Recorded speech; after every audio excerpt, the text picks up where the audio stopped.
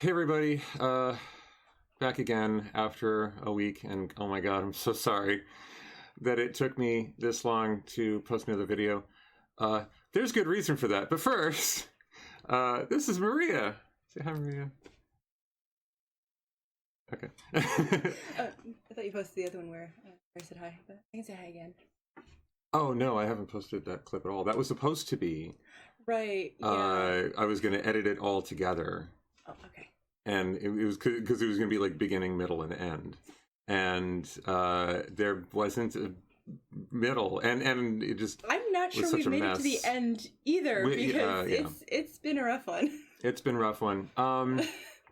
Perpetually, nonstop. Yeah. So yeah, she is referring to a clip that we recorded in the hospital waiting. Thursday morning. Like almost a week ago. Like a week ago in an hour. Yeah, it's Wednesday night now that we're recording this. So join us, won't you, down the rabbit hole of my surgery adventure. Strap in. It's going to be a wild ride. Make sure you have your vomit bag ready. Oh God. Okay. Okay, we're getting ahead of ourselves. Okay. So, so Thursday morning I get up. She picks me up. We go to the hospital. Radiology department, and full of hopes and dreams and high spirits, and just like complete ignorance. We had absolutely no idea what was in store. It's really bliss. Oh, if we could only go back to those innocent bygone days of yore.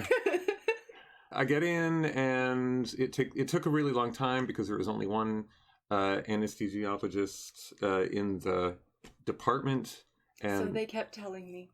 Yeah, and so like it was one of those wait staff excuses. It's like, it's the kitchen. They're just bagged up. It's the anesthesiologist. Like, yeah, well, no, the anesthesiologist actually came to visit us. She said it herself, didn't she? Yes, she did when she was talking to you about the thing. Right. She was having a rough day too. She was. You could read it on her face with how unamused she was with our jokes. So finally, what was it, like 2 o'clock? We got in at about 8:30. At 2 p.m., they started prepping you for surgery, saying that you were going to go in. So it was about a 5-hour delay from when it was supposed to happen. 5-hour delay of just like sitting around waiting for shit to happen. It took for fucking ever. Finally, doctors come in, liver surgeon comes in, and he's like, yeah, don't worry. It's an outpatient procedure. We'll have you home in time for dinner. Funny story. So they wheel me in, and this is the part that I left her behind. They wheel me in, and I've been down similar roads before, where they had me lie down on a table that felt way too narrow to have me on it, and they hooked me up to all the IV stuff, and they had me drape my right arm over my head to get it out of the way. That's going to come in important later, by the way. So make a note, kids. Yeah. There'll be a test after class.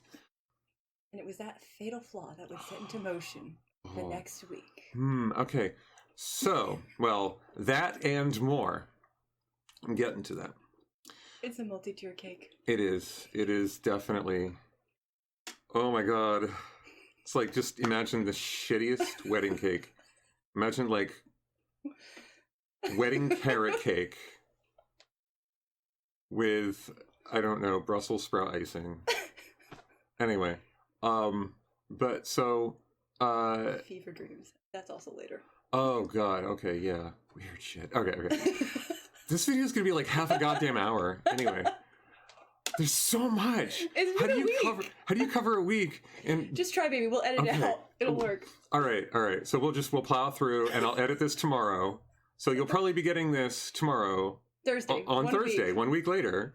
Yep. So, yeah. We'll roll you out of surgery with us. Yeah. Okay. So I slip under, and like usual, I remember nothing. Next thing I know, I'm waking up. I'm waking up because I am in agony. I am in screaming, crying agony. This is writhing easily in pain, actually, in the very literal definition. Yes, this was really, really bad. This was really bad. And I later said to Maria, Imagine being punched in the stomach with a brick repeatedly. Now imagine liking it, because at least you're not me. Yeah, during this agony, you kept wrapping the cords around your neck and ripping up the bed sheets and rolling around. During this time, you probably can't remember. This went on. This went on for 6 hours, by the way. People. 6 hours. 6 hours of agony. Doesn't remember most of it. I don't remember most of it. But I remember every minute of it.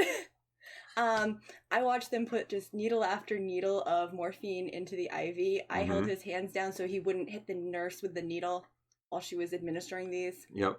With the anti-nausea meds too. Yeah. You were kind of quiet because you were still, coming out of the anesthesia. Because at this point you complained about your right arm not working. Right, which they kind of ignored a little bit. And then, I brought it more to their attention, Yeah, so remember my right arm that they placed over my head to get it out of the way during the surgery? So I woke up and I couldn't move it, and this really fucking freaked me out. Like, I could not lift my arm. I couldn't feel it. It was entirely numb. And I commented on this fact, and I remember that much. I remember commenting on it. I don't remember if you told anyone, but I guess you did, and then, like, they didn't seem too bothered by that. I guess their concern was the pain. They did when I brought it to their attention. I said, he's complaining of numbness. I basically worded it in the medical sense of, like, this is a neurological problem, so they did the, I forget what it's called, but it's like a quick neurological exam. That's why she took out the flashlight and made sure your pupils were reacting. I don't remember that. Okay, like I said, he didn't remember the 6 hours. I do. Yeah. Oh, it was so bad you forgot my name? Oh, that's right. I remember. Okay, this you remember? I do remember. Okay, I remember coming to, and I don't remember what if you were saying something to me or what, but I was still delirious, drug-addled state. And that was actually for the next 3 days. And, well, I mean, yes, but we're getting way ahead now. So I'm like, I know your name. I know your name. Why don't I know your name? And I was just so distressed by this. And then as I'm drifting off to sleep, the word occurs to me. And so I say it out loud. I say, Huntress. And she apparently really likes that. I was waiting for you to say the king, thereafter the king. It's like, okay, baby, you go to a better place that isn't right here, just anywhere else. Yeah. Anywhere else but right here is probably better. Fly away, Daniel. I was actually saying that to the nurses, like, can we knock him out? Because he was writhing so much that I was like, he needs to be unconscious. Like, can you sedate him? Yeah. Like, you almost ripped your port, like, you were ripping on the lines, like, because you were flailing. Oh, yeah, because they put the line in through my port in my chest. Yeah, and you kept wrapping the cords around your neck and stuff. Yeah, I couldn't lie still, and I had fever dreams that were fucking weird. Like, I could spend. But that was later. Like a whole other video talking about my fever dreams, but they don't need to live through this awful experience. We can make this short for them. Yeah. So that was 6 hours of that happening. So by the time they got the pain under control, we're talking 10:30 at night. 11, something like that. Something like that. They admitted him to the hospital. After a while, they hooked up the morphine to a little thing with a button. Yeah, they did that during the 6 hours before getting the pain under control. Also, during that time, you said, Maria, make them let me go home. Use your capoeira on them. Breakdance fight them. Breakdance fight them? I actually did threaten that. I don't remember that. Wait, maybe I do remember that. I think I threatened that before. I was like, I'm tough. I'll have like a dance-off with you. I'll fight you like a dance-off. Yes. Because they're like, yeah, we'll tell them the natives are getting restless. So I made my dance-off threat. That sounds vaguely familiar. I wonder if I heard that. But yeah, so they handed me this morphine button there, and they were like, okay, Daniel, so press this button anytime that you feel like you need it, and it'll give you morphine. And I took that thing and I pushed it so many times it locked me out. And I did that maybe 3 or 4 times. I pushed that button just like this until it just like. And you kept saying you felt like it wasn't taking the pain off. I saw her dump 3 needles worth of morphine into you, and he locked out the button, and it just. Yeah, no, I cannot. I really cannot understate how painful this was. So we can in milliliters of morphine administered per hour. Oh my god, it was okay. So I was later told that each button press only did 0.2 milligrams. So it wasn't that much. Or was it maybe 0.02? It's still morphine in your veins. 0.2. It was 0.2. Yes, it was morphine, but she said it tapped out at like 4 milligrams. I think. Yeah, but the lockout's only 10 minutes. Oh, wow. Oh, damn. Okay. It's not like it locked out for hours, honey. You were... Oh, I didn't know that part. That's new. I was watching it. Oh, wow. You wouldn't have been watching it. You were otherwise I was distracted. Yeah. You had other things you were thinking about. I was concerned because I'm like, how much is being dumped into you and still not having an effect? And I don't know. I do medical stuff, so I was just taking notes. Yeah. There wasn't much else I could do. So that was Thursday night. Friday morning, I came to, and my arm still wouldn't work. I couldn't really lift it. Actually, I think I could. If I really struggled, I could bend my arm, but it was just like flopping. Oh yeah, you hit your surgical site by dropping your arm on it. Oh, and I think I smacked you in the face or something. I forget. But like, I think I started holding your hand. I couldn't control it. It was just like. Yeah, I think I kept telling you not to do that because. Yeah. Only bad things happened. Right. And it was still numb, and this was of course very distressing. Numb, weak, and uncoordinated. And uncoordinated, very uncoordinated. And so. Neurological damage. Right. All of them. Well, because it was later revealed to me, they put my arm over my head and then they just left it there. Now this... So innocent, right? Yeah. Imagine me lying down. So this is over my head, like this, on a table that is exactly as wide as my shoulders. I honestly believed that they had planned for every eventuality. And so I thought, like... I mean, it wouldn't have occurred to me to ask that they move my arm around a little bit once in a while, increase the circulation. Would have occurred to me. I'm surprised they didn't usher me out. I was on top of these people with every decision. But, so Friday morning, I tried eating a little bit of breakfast and I threw it up. Couldn't keep that down. I spoke with the liver surgeon who said, and this is the important takeaway here, the operation was a success. So they ablated 2 tumors in my liver. They're dead forever. Yay. 2 whole tumors. I'm very happy about that, obviously. And they said they would have gotten a third, but there was, they weren't like getting a clear image as to where it was, and they didn't want to guess. So they figured just leave it as it is. I asked about the pain, and they said give it some time, and you'll be okay. But like, I didn't say this to their faces. Maybe I should have.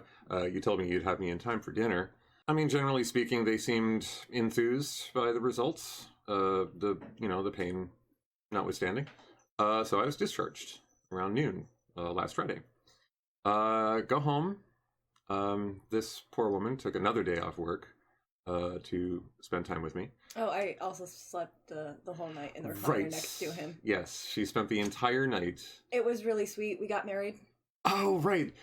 So, I don't know why, but she was listed as Maria Becker, which I thought was... that, but... It was really touching. There was also the relationship status, because he was out of it, so I was answering all of the questions. Mm-hmm. So she just filled it in. She put, like, relationship, like, this is the wife. Yeah, like, and so, yeah, we're married now. So soon. Yep, so that happened. Yeah. So we got married, oddly enough, without your consent while you were unconscious. Yes. Usually that's like a Vegas wedding. Like, no, yeah. This is this is a meta. I have this mental image of you standing next to my hospital bed in a bride's gown. Just for special occasions. I always carry it with me. Just in case. I know, I planned for this. But anyway, so we go home, and I basically crawl in bed and stay there for the next 48 hours. I was in pain still. She took care of everything, and I mean fucking everything. She picked up my medication. They had prescribed me Zofran for the nausea, Levaquin for antibiotics, and oxycodone for pain, of which I'm kind of afraid, more so now. The second point we need to remember. Right. For this quiz. That's going to be important later. This will also be important later. But I'm afraid of it because of its addictive quality, so I was very, very careful about rationing it correctly, taking it only as directed, etc. But I made sure I took it once every 4 hours. On the dot. I helped him up so he could do that. Yeah. Because keep in mind, my abs are burger at this point. I cannot sit up on my own. Just a little tiny cauterizing needle of hot burning metal injected as deep in your body as you possibly could. And I want to emphasize exactly what they did here. They stabbed me with knives. A needle, a thin, heated up needle. And set those on fire. Just in case you're really not sure how this works, they stabbed me and set me on fire. Oh, you were only stabbed a couple times. Oh, just a couple of times. I knew people stabbed dozens of times, complained less. So anyway, like I said, so over the course of 48 hours, I am in and out of consciousness. I'm having fever dreams like crazy. They're just the fucking weirdest things I've ever witnessed. Later. No, that was then too. Okay, he didn't tell me about that. He didn't speak much. No, I didn't speak much. I was in and out of consciousness. I was doing chores. And I would sip some water, I would go back to sleep, I would wake up, I would talk to her for a bit, I would go to the bathroom. So that was Friday, Saturday. Into Sunday. Yeah, I don't think you even wanted to eat on... I think you tried to eat Saturday, maybe, and threw up. No, I didn't. No. I didn't throw up yet. What happened was I tried eating a bowl of oatmeal, and I think I made it about halfway before I just gave up. I didn't want it anymore. And then I don't think you threw that up. It might have been Friday that I had the bowl of oatmeal. No, that was a Saturday. Oh, was that Saturday? Well, because Friday we weren't really home for much. We just got home. It's 2:00, and you just slept. Oh, okay. And then I did a bunch of chores. And then I went to sleep. And then so Saturday was when I tried the oatmeal, ate about half of it, didn't want the rest. I had a couple of slices of toast. I ate half of one, didn't want the rest. Then Sunday rolls around and I realize I haven't had a full meal in quite a long time, since technically before 4 days, basically, before my operation, because I was not allowed to eat past midnight Wednesday night, Thursday morning. So it has been multiple days since I've eaten. So I tried, and that's when I started throwing up, and I couldn't keep anything down, and I couldn't keep anything down, and I couldn't keep anything down. Yep. And so, so Sunday night, 6-7 o'clock, you're vomiting, and I'm like, I think we have to go to the hospital. I didn't want to do that. Nope, you didn't. But the evidence I presented was pretty infallible at that point, and I'm like, because I got to go to work Monday. You're gonna be dealing with this alone. If I take you to the hospital, you're gonna get the care you need, and I won't be here, so you'll be alone. It'd be bad. So we went, and 2.5 hours in the ER of waiting. Well, we went with him with the vomit bag in the car. Oh God, that was the worst. That's the only way we had been traveling, by the way, up until this point. With vomit bags in his hand in the car just all the time. Yeah. So he's hunched over, and dry heaving by this point, and the uncomfortable ER chair, just where you wait for 2.5 hours. Yeah. I smartly thought, it's at this point, it's probably 11 o'clock at night. I need to work the next day. And I'm like, do you think you could wait here potentially for hours? Because we had no idea. There was no way of knowing how long it would be. I wanted to go home. I wanted to sleep. So I'm like, okay, I'll bring the car around. And that magical thing is what made them finally admit it. She went to get the car. Yeah. she walks in as they call me. She had just pulled the car up to the emergency room doors. And so I went in, and she went home. And so I was admitted, and this is all me now. Same thing. They put an IV in my arm this time, not the not the port, because I specifically asked them not to into the port, because the fun thing about them using the port is after they're done using the port, they have to flush it with heparin flush, which some of you long-term viewers may remember. Heparin flush makes me throw up. Guess what I don't want to do at this point? So it's happening anyway. Why not, right? I really, really did not want that. So, so I had them put it in my arm, the numb floppy arm, and which by this point was getting better. I could move it around better, but it's like, you know, I would try to touch my nose, and I ended up poking myself in the eye, kind of a thing. So I'm in there under observation for a number of hours before I finally get admitted. And they put me into a place for observation. I was listed as being there under observation. I don't know why that's different, but whatever. I know that the insurance benefits are different, because a man came in and explained it to me and had me sign a paper.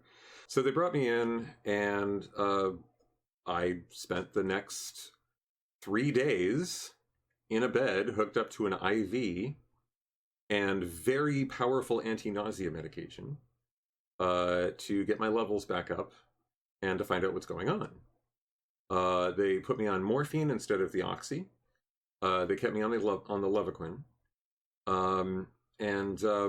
Clear fluid diet. Clear liquid diet.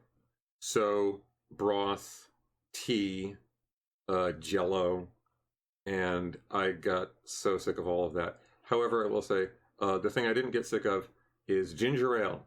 And can I just say how much I fucking love ginger ale when I'm sick? Because that thing is like a godsend. When I am vomiting and I can't keep anything down, the only thing I want is ginger ale. I think it's actually what kind of got me back into getting my my fluid intake normalized, because I wasn't drinking water. And slowly but surely, I started to get better. I had a very kind, burly doctor with a thick German accent. And he would come in and he would examine me, and he would, you know, talk about my levels, and I didn't really understand it. And I wish I was there for that. Yeah, me too, actually, because you would have understood it. So, but long story short, basically what he told me in layman's terms was, after the ablation, my liver was, as he put it, angry.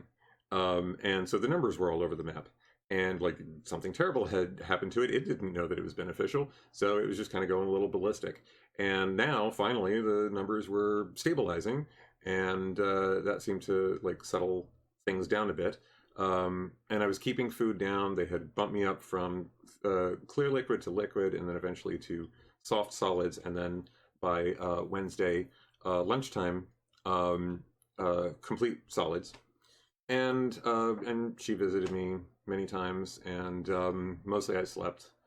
I think this past week I spent more time asleep than awake, which is probably a good thing. I feel like this week you slept what I sleep in a month. Yeah, I think that sounds right. So I was discharged Wednesday. Afternoon, yeah. Afternoon. It was yesterday. And I went home, and I had, she drove me home. And she left me a peanut butter jelly sandwich and a piece of King's cake? King cake, yeah. King cake. For Mardi Gras. For Mardi Gras. And ironically on Ash Wednesday, but you know. Yeah, that's right. Not all of us are good little Catholic people. Yeah. And I went to bed, and everything was fine. Until this morning, when I get up, I take my oxycodone and my my antibiotic.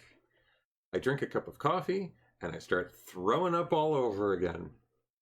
And my guts wanted to turn themselves inside out all day today. And he tells me about all this dry heaving. Oh, it was bad. And I'm like, because like, you know, I'm a medical science person. And I'm like, I think it's the oxycodone. I look on Google, and it's a side effect. It's a rare one. It's a rare one. And they did mention it once. The nurse offhandedly mentioned it once in the hospital. So I'm like, Daniel, I think it's the oxycodone. And he's like, you think? And I'm like, well, think about all that time you were in the hospital, not on the oxycodone. I was on morphine. Home. And you're home, and you're on the oxycodone. He's like, I took it this morning. I'm like, I don't think you should take it again. He calls up his doctor, who also says, don't take it. And I'm like, I could have told you that, and I don't have a medical degree, right? Yeah. Just listen to me. Right. So I didn't take it. And around about 4:00 this afternoon, the waves of nausea finally dissipated, and I was able to keep stuff down. So I think that's it. That's mystery solved. Was that all the time it was the oxy that was making me throw up. Yay, puzzle unlocked. I love it when we do stuff I'm good at. Yeah, I'm good at this stuff. Yeah. We'll do something you're good at next. Oh. Writhing in agony, apparently. You do win that one. And vomiting. Vomiting more times than you can possibly vomit because there's nothing in you to vomit, so it's dry heaving. Yeah. Like, you win. You vomited more than I've in my entire life in just one day. I honestly feel that the hierarchy of Suckitude of Suckitude cake. Okay. Well, I'm just talking about like in terms of feeling sick. It really does go nausea, vomiting, dry heaving. That's the absolute worst thing in the world. Well, there was also the gut-wrenching agony you were in. Well, but I'm talking about feeling sick. If you're talking about pain... Well, I just mean this whole experience had multi-layers. Multi-layers. Of awful This is a layer cake of Suckitude. You were sick in all the ways you can be sick. That's going to be the name of this video. Layered cake of Suckitude. Multi-layer cake of Suckitude. Multi-layered cake of Suckitude. Yep. Tiered cake. Tiered cake. But, so that brings us to right now. We made it, folks. We made it. We survived through a week. It was a little hairy at points there. I didn't think it was gonna work. I was like, we might not make it through this week. It was pretty bad. I told her this week rolled me in a tarp and beat me with sticks. It was bad. But after, like, I dragged you out of the alleyway.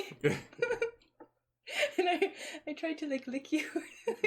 Stop the bleeding. I don't know. Like a cat? Pretty much. Like, what do you do with that at that point? Like, I literally held your hair back while you were vomiting. I mean, It was just... I tell you what, guys.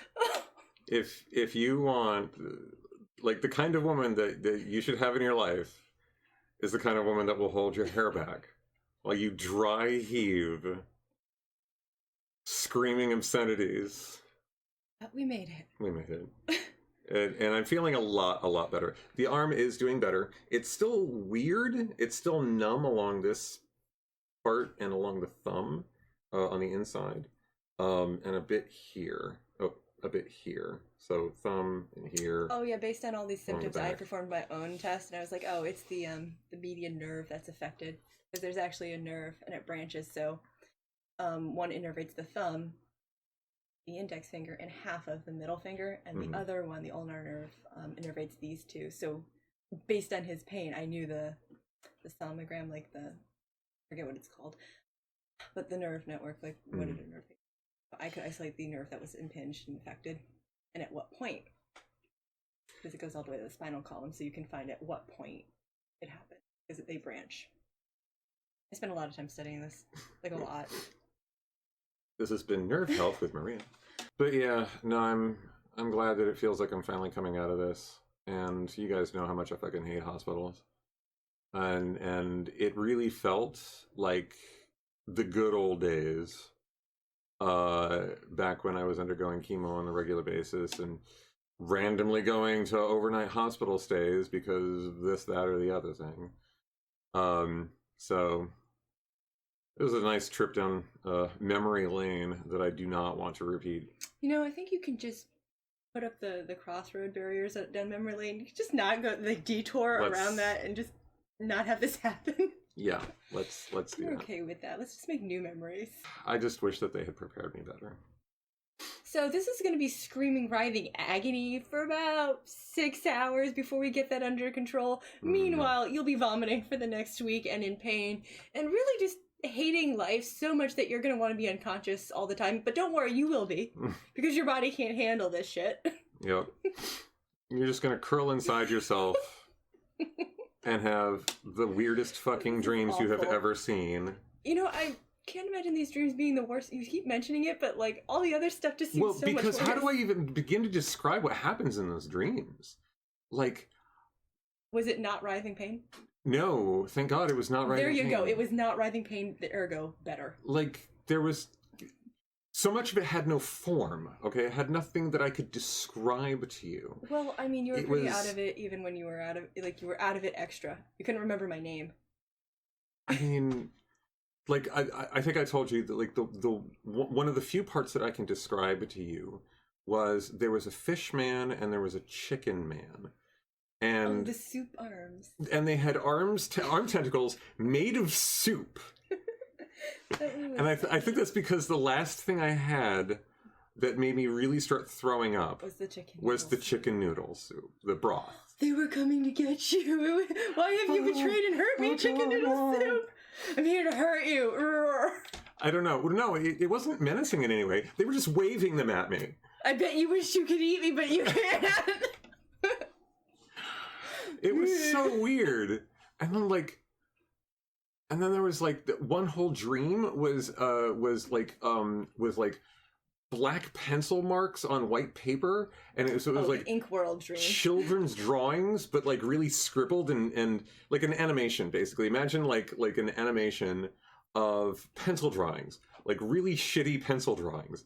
And I knew what they were supposed to be. Like, it was supposed to be a farm, but it was like a farm drawn by a 3-year-old having seizures. It was just really weird. You should draw it and like... No, I could... No, because A, I can't remember the full details. I don't know exactly what happened. I just remember what I saw. And B, I could never convey in a million years adequately how fucked up these drawings were. How wrong they were. I feel like this is a whole nother update. That's what I'm saying. The fever dream update. That's what I said earlier. It so that this is like, right. Yeah, maybe I should. Yeah, all right. Well, anyway.